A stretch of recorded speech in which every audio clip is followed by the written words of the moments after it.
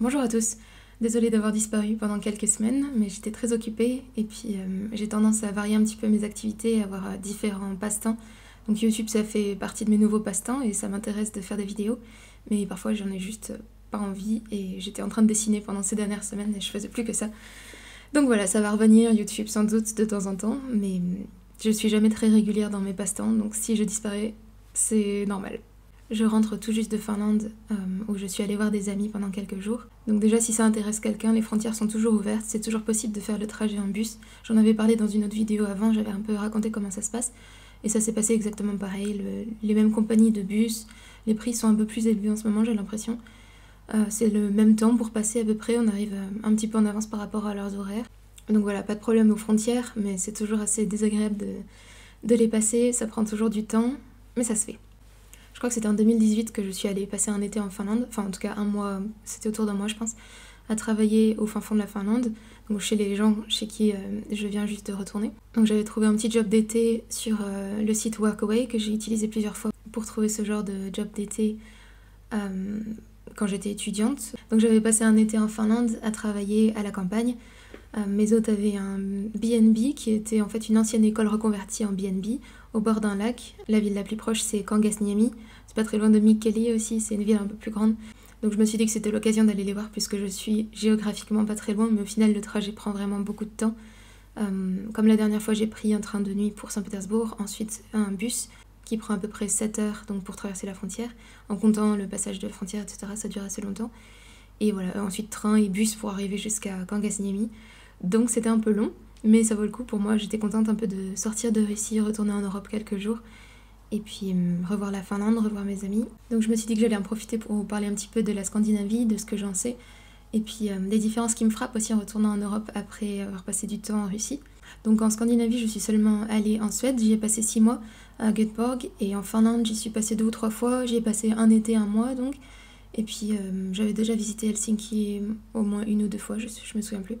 En tout cas, pour moi, c'est assez étonnant parce que Saint-Pétersbourg et Helsinki sont assez proches géographiquement, c'est seulement quelques heures de route.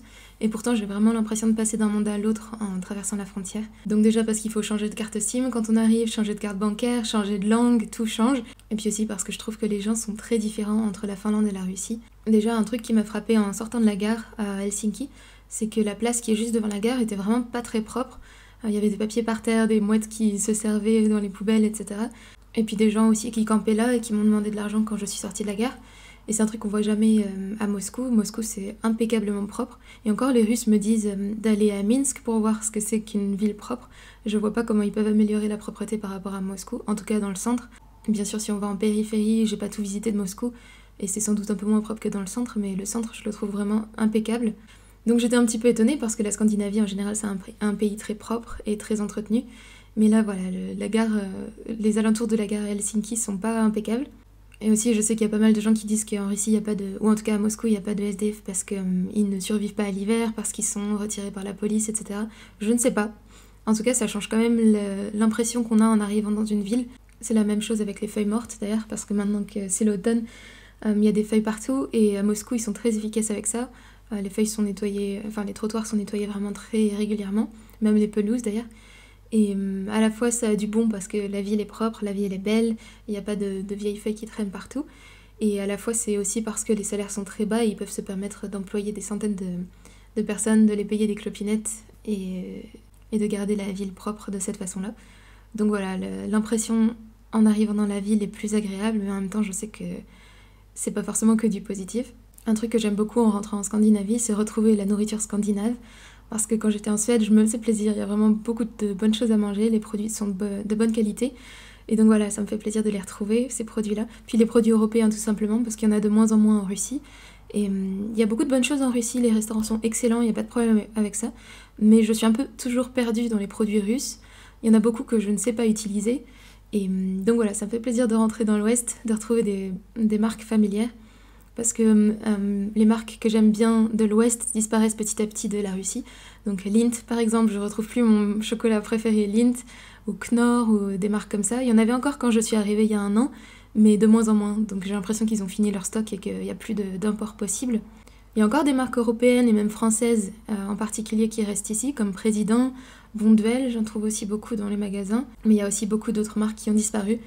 Donc voilà, c'était le moment de refaire des provisions de chocolat Lindt pour moi. Je trouve aussi qu'il y a plus de produits frais dans l'Ouest qu'en Russie. C'est plus facile de faire ses courses au supermarché, même si quand on parle de restaurant, je préfère le côté russe pour le coup, la nourriture est de meilleure qualité. Mais dans les supermarchés, je m'y retrouve plus à l'Ouest et il y a plus de produits frais, plus de légumes, de fruits et de légumes. La viande est moins grasse aussi, je trouve, qu'en Russie. Donc voilà, je préfère faire mes courses à l'Ouest et cuisiner aussi à l'Ouest. En revanche, un truc qui est vraiment plus pratique en Russie, c'est que les magasins ferment très souvent très tard. Donc autour de moi, il y a des supermarchés qui ferment à 22-23 heures facilement, alors que à l'Ouest, et surtout dans les plus petites villes, c'est impossible de trouver quoi que ce soit, enfin tout est fermé à 17h30. Donc j'ai perdu l'habitude de faire attention aux horaires, et c'est un peu frustrant à l'Ouest, surtout le dimanche quand tout est fermé, tout est désert, il n'y a plus de vie du tout. À Moscou, rien ne s'arrête. Donc le dimanche, c'est comme les autres jours de la semaine, les gens vont faire leur shopping quand ils veulent, tout est ouvert, tout fonctionne, les restaurants ne s'arrêtent jamais de la journée, donc on mange quand on veut. Et ça donne un peu un sentiment de liberté, alors que dans l'Ouest, quand il faut faire attention aux horaires à chaque fois, c'est un peu pénible, je trouve. Un truc aussi que je comprends pas très bien en Finlande, c'est que les étiquettes des produits alimentaires ne sont pas traduites, ou alors seulement en suédois. Donc déjà, le suédois, ça aide, parce qu'avec l'anglais et l'allemand, on arrive à s'y retrouver un peu. Mais quand c'est juste écrit en finlandais, ou en finnois, je sais pas comment on dit, c'est compliqué de comprendre ce qu'il y a dans le paquet qu'on veut acheter. Un truc aussi qui fait plaisir en Finlande, c'est de regarder les magasins, parce qu'il y a vraiment beaucoup de jolies choses, ils ont vraiment le sens du cosy, de la simplicité, de la modernité. Donc là, je suis allée faire du shopping, je suis allée dans des magasins pour la maison juste pour regarder, parce que j'avais pas la place de remporter quoi que ce soit, mais ça fait du bien aux yeux. Et en Russie, ils ont pas trop compris ce que c'était que le cozy, ou en tout cas ça les intéresse pas, je pense. Et il y a beaucoup de magasins pour la maison où ça fait mal aux yeux de se promener parce qu'il y a beaucoup de motifs dans tous les sens, beaucoup de fleurs, c'est très chargé, très lourd. Pas mal de mauvais goût, il y a pas mal de coussins avec des motifs léopards, zèbres, des fleurs dans tous les sens. Donc ça fait du bien d'aller en Scandinavie de temps en temps pour ça aussi. La première fois que je suis allée à Helsinki, j'avais pris un ferry depuis Stockholm jusqu'à Helsinki, et puis après on était allé en Russie en ferry. Et ça m'avait frappé cette différence parce que le premier ferry qu'on avait pris, il était, je pense, finlandais ou moite-moite estonien, finlandais, je sais plus. Enfin bref, il était impeccablement propre, moderne, très minimaliste, avec un intérieur épuré. Et tout fonctionnait très bien. Puis après, on avait changé pour la deuxième moitié du voyage, et puis on avait pris un ferry russe où tout était rouge, des tapis rouges en velours, des dorures, des miroirs de partout. Ça en jetait plein les yeux. Mais rien ne fonctionnait, les toilettes ne fonctionnaient pas, la peinture s'écaillait, enfin c'était assez drôle le contraste entre les deux. Et je pense que c'est assez représentatif aussi des deux pays. En Russie, il faut toujours en faire plus, il faut que vraiment les gens nous remarquent, qu'on voit la richesse, le luxe, alors qu'en Scandinavie, il y a beaucoup moins de contraste, c'est plus moderne, c'est plus soft, c'est plus, je sais pas, c'est plus simple, plus épuré. Un truc un peu moins agréable en passant de Russie en Scandinavie, c'est les prix. C'est à peu près le double de ce qu'on paye en Russie pour un cappuccino ou n'importe quoi. Donc ça fait moins plaisir, j'avoue, quand on arrive. Et puis pareil, en Russie, je me suis tellement habituée à prendre les taxis tout le temps, parce qu'ils sont pas très chers et tellement efficaces, que en Scandinavie, c'est plus difficile de se déplacer, je trouve. Et pareil, les transports en Russie sont vraiment très ponctuels, en tout cas à Moscou. Je sais pas trop pour les bus, parce que j'en prends jamais en Russie, mais le train est toujours très ponctuel, le métro aussi, très efficace, les transports sont très propres. Donc à chaque fois que je retourne dans l'Ouest, et encore la Scandinavie, c'est par rapport à la France, c'est déjà le niveau du dessus. En Russie, c'est impressionnant, les trains arrivent vraiment à la minute près. J'avais fait ce voyage pour aller en Crimée, par exemple, avec un train qui durait 30 heures, et on est arrivé à la minute près. Et c'est la même chose hier, j'ai repris le train pour aller de Saint-Pétersbourg à Moscou. Pareil, ils arrivent vraiment à la minute. Alors qu'il y a 2 jours, j'ai failli rater mon bus pour passer la frontière parce que mon train entre Mikkeli et Helsinki avait 1h30 de retard. Bon, après, ça peut arriver, bien sûr, et là, c'était un accident apparemment. Mais c'est pas la première fois que ça m'arrive en Scandinavie d'avoir beaucoup de retard, alors qu'en Russie ça m'est jamais arrivé, et pourtant j'y suis restée plus longtemps. C'était la même chose quand je suis arrivée en Allemagne.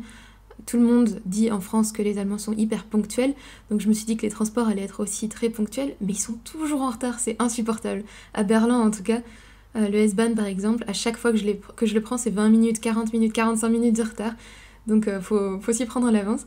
Je pense que c'est peut-être un petit peu comme les restaurants français, en tout cas la plupart des restaurants français. La réputation de ponctualité des Allemands était peut-être valable il y a 50 ans ou quelque chose comme ça, mais c'est plus le cas maintenant, d'après ce que j'ai pu voir en tout cas. Les vêtements aussi, je dois dire que ça me manque un petit peu en Russie d'avoir des vêtements de bonne qualité pour un prix raisonnable, parce que ici la plupart du temps les prix sont les mêmes qu'en France ou peut-être un petit peu plus bas, mais les vêtements sont de très mauvaise qualité, il y a des fils qui dépassent, des ourlets, des choses comme ça fait pas très fini. Je sais pas si c'est dû aux restrictions puisque je suis arrivée au moment déjà où la guerre avait commencé, ou si c'était comme ça avant, mais il n'y a plus de vêtements d'importation, il n'y a plus toutes ces marques comme Zara, H&M, etc., où la qualité est au niveau du prix, en tout cas correspond au prix qu'on paye. Et donc j'ai un peu de mal à m'habiller, les chaussures sont de mauvaise qualité aussi.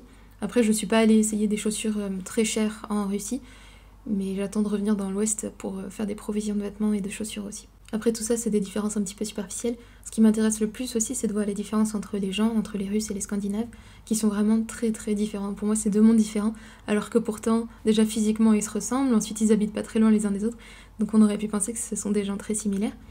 Mais pour avoir vécu en Suède et en Russie, ouais, pour moi, c'est deux mondes différents. Les Scandinaves ont tendance à être beaucoup plus réservés, beaucoup plus timides que les Russes, beaucoup plus calmes aussi, j'ai l'impression. En Finlande, c'est particulièrement le cas, je trouve.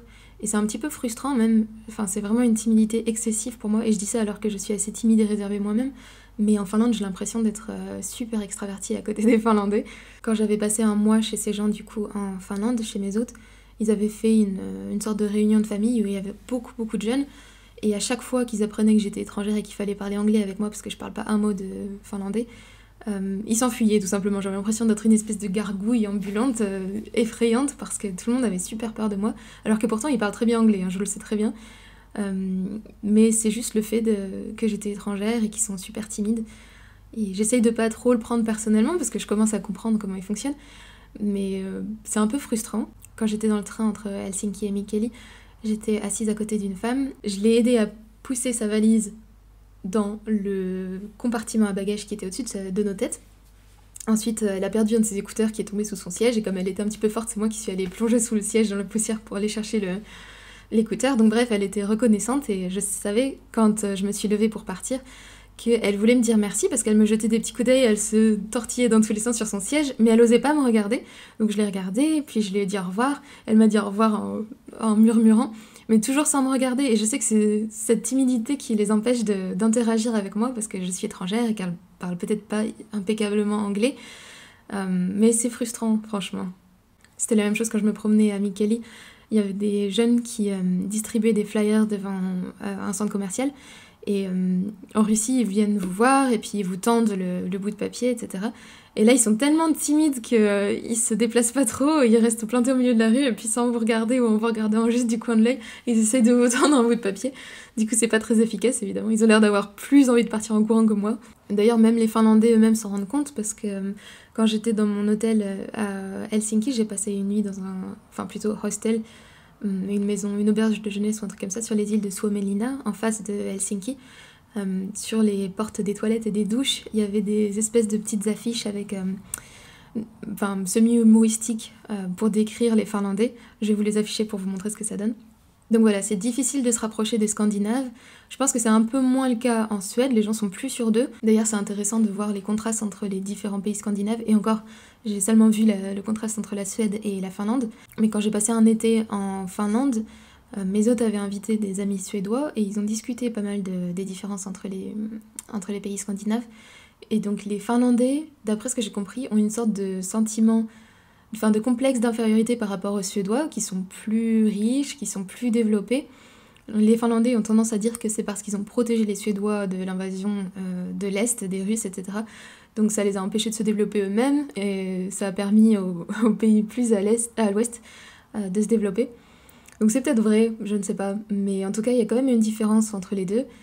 Et c'est la même chose en Norvège, j'ai l'impression, parce que quand je donnais des cours de français en ligne, j'avais des étudiants norvégiens, et ils m'ont dit que effectivement les Norvégiens comprennent en général le suédois, c'est deux langues assez proches, mais c'est pas réciproque, les Suédois ne font pas l'effort de comprendre le norvégien, donc la culture suédoise rayonne plus en Scandinavie que les autres cultures. À Helsinki par exemple, tous les noms de rues sont traduits en suédois, donc il y a le nom en finlandais et juste en dessous le nom en suédois. Mes autres m'ont expliqué qu'il y a beaucoup de postes où c'est nécessaire de parler suédois en Finlande si vous voulez obtenir le poste.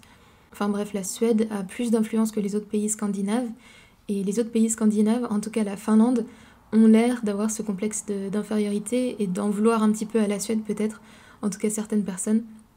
d'être un peu moins à l'aise avec les Suédois à cause de ça. Donc voilà, les Suédois sont peut-être un petit peu moins timides que les Finlandais, mais quand même, je trouve que c'est assez similaire. Et donc ça rend les choses assez difficiles quand on veut se rapprocher des gens ou simplement discuter, etc. Les gens ont tendance à être très réservés. D'ailleurs, j'ai remarqué que la Finlande est très attirante pour les Japonais. Il y a beaucoup de Japonais à Helsinki. La première fois que je suis allée en Finlande, c'était avec mon amie japonaise avec laquelle je voyageais quand on étudiait toutes les deux à l'université à Göteborg, en Suède. Et je me suis demandé, est-ce que c'est seulement dû aux moumines, ces petites créatures blanches qui font partie de la culture finlandaise, ou si c'est aussi dû à la culture, au fait que les gens sont timides, réservés. Quand je suis arrivée à Helsinki, je suis allée dans une boutique de souvenirs qui était moite-moite japonaise et finlandaise. Et donc c'était un couple mixte, la femme était japonaise et l'homme était finlandais. Et c'était marrant parce que cet homme-là, qui était finlandais, d'origine en tout cas, il avait des mimiques qui faisaient vraiment penser au Japon, incliner la tête, avoir un regard un petit peu fuyant comme ça, être très très poli, remercier 10 fois. Il m'a vraiment fait penser à un japonais. Aussi, j'ai remarqué que les gens sont un petit peu lassés d'avoir autant d'étrangers à Helsinki en tout cas. Et donc quand je réponds en anglais, quand je parle en anglais, les gens parlent très bien anglais, il n'y a pas de problème avec ça, pas de barrière de langue. Presque tout le monde parle anglais, même les serveurs, les vendeurs dans les magasins. Mais ils sont un petit peu lassés parfois de devoir parler anglais. Il y a plusieurs fois des gens m'ont demandé des indications dans la rue en pensant que j'étais finlandaise. Et quand j'ai répondu en anglais et que je savais pas, ils étaient un petit peu agacés. Ils arrêtaient de sourire, etc.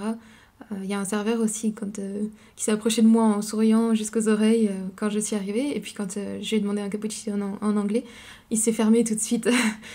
Donc je pense que les gens en ont un petit peu marre des étrangers, ou alors simplement qu'ils sont pas à l'aise avec les étrangers. Alors qu'en Russie, ils parlent pas un mot d'anglais, mais quand ils voient que vous êtes étranger, ils sont vraiment souvent contents d'essayer de vous aider, d'essayer d'engager la conversation. Après, c'est peut-être aussi juste à cause du nombre d'étrangers qu'il y a en Finlande par rapport à la Russie, proportionnellement en tout cas. En Russie, il y a de moins en moins d'étrangers de l'Ouest, et en Finlande, il y en a vraiment beaucoup, donc peut-être que les gens sont juste lassés, je ne sais pas. Après, en Russie aussi, ça m'est arrivé plusieurs fois, dans des situations, surtout dans des magasins ou avec des serveurs où ils étaient très désagréables parce que la première fois que je suis arrivée, je parlais pas russe, et donc ils faisaient aucun effort pour essayer de me faire comprendre les choses. Mais les gens dans la rue, en tout cas, sont toujours contents, d'après mon expérience, de rencontrer des étrangers. Après aussi, c'est un petit peu biaisé de ma part parce qu'il y a une seule fois où je suis venue en Russie, la première fois où je parlais pas un mot de russe, et après les fois suivantes où je suis revenue, je parlais déjà quand même au moins un petit peu. Donc ça aide beaucoup à entamer la conversation. Peut-être que si j'avais parlé 2 mots de finlandais en Finlande, ça aurait aidé, je ne sais pas. Un truc aussi qui se remarque pas mal, c'est les personnes âgées, la différence entre les personnes âgées en Scandinavie et en Russie. En Russie, très souvent, ils sont très marqués, ils sont très vieillis. Souvent, ils ont des retraites qui sont quasi inexistantes, donc ils galèrent un petit peu. Alors qu'en Scandinavie, c'est une génération qui est très éduquée. Les gens sont en bonne santé, ils sont bien habillés, etc. Ils parlent anglais aussi, même si ce sont des personnes âgées. Donc voilà, ça c'est encore une différence à observer. Ah oui, un truc aussi qui m'a fait rire. En Russie, plusieurs fois, des hommes m'ont demandé est-ce que c'est vrai que dans l'Ouest, les hommes sont beaucoup plus beaux que les Russes. Et sur le coup, je leur ai dit mais non, vous inquiétez pas, il n'y a pas de différence et tout, c'est la même chose. Puis en fait, en retournant en Finlande, si, je me rends compte qu'il y a quand même une différence. Les Russes sont souvent ont des visages un peu durs, peut-être. Ils sont moins élégants aussi. Je parle en moyenne, bien sûr, qu'à l'Ouest. Ils font peut-être un peu moins attention à ce qu'ils portent. Et c'est vrai que ça m'a un petit peu frappé la différence en allant à Helsinki. Et encore à Moscou, la différence est peut-être moins frappante qu'avec d'autres villes plus petites de Russie. Mais c'est vrai qu'ils font mieux les femmes que les hommes, je pense, en Russie. Les femmes aussi sont très différentes, je trouve, entre la Scandinavie ou les pays germaniques. D'ailleurs, je trouve qu'elles se ressemblent pas mal entre les Scandinaves et les Allemandes. Et puis les Russes, elles sont très différentes, je trouve. En Russie, les femmes sont beaucoup plus féminines, elles sont plus dans la séduction, elles portent des vêtements assez révélants souvent pour se mettre en valeur, etc.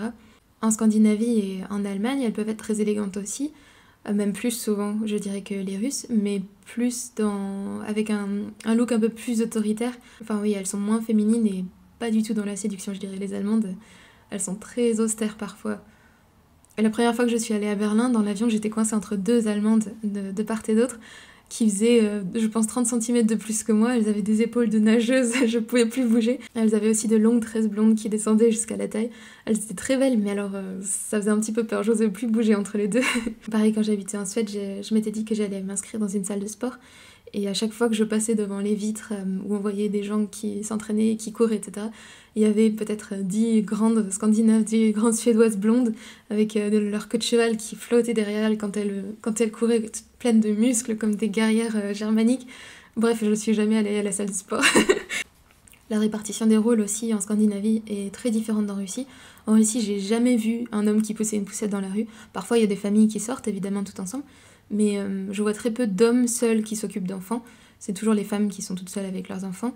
Et en Scandinavie, en Suède, surtout, j'avais remarqué dans les parcs que c'était plus souvent des hommes que je voyais avec les petits-enfants, qui les promenaient en poussette, etc., que des femmes. Donc ça, c'est aussi un truc qui est assez frappant, je trouve. C'était marrant d'ailleurs en Suède de voir des hommes couverts de tatouages, etc., avec des allures de vikings, des grosses barbes et des grosses barbes blondes, et qui poussaient leurs poussettes tout gentiment. Mais bref, je suis contente de rentrer en Russie. Pour moi, c'est un pays plus familier dans un sens où je me sens plus à l'aise, je sais pas très bien pourquoi. Pour moi, la Scandinavie, c'est très confortable, mais c'est un peu ennuyant. Je voudrais pas y rester trop longtemps. J'ai du mal à me faire des amis là-bas parce que les gens sont très réservés et qu'on peut pas parler de grand-chose, ou en tout cas, il faut beaucoup de temps pour les apprivoiser, alors que les Russes sont beaucoup plus directs. Et bref, je me sens plus chez moi en Russie qu'en Scandinavie, même si j'aime beaucoup de choses des deux côtés. Je pense aussi que c'est parce que les Scandinaves sont trop parfaits et ça me stresse d'avoir des gens toujours aussi parfaits.